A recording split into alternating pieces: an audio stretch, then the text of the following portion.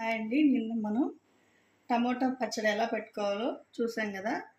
వాటిని మగ్గబెట్టుకున్నాం కదా. టమోటా సార్ని, చింతపండు, కారం అన్నీ వేసి మగ్గబెట్టిన తర్వాత దీన్ని బాగా మెదుపుకోవాలన్నమాట. ఇట్లా మెత్తగా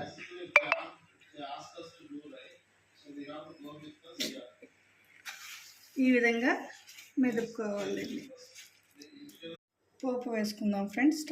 టమోటా పచ్చడికి కొద్దిగా బాండి వేడెక్కింది.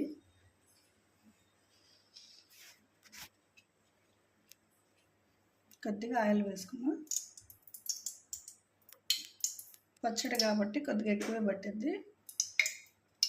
ఒక 5-6 టేబుల్ స్పూన్స్.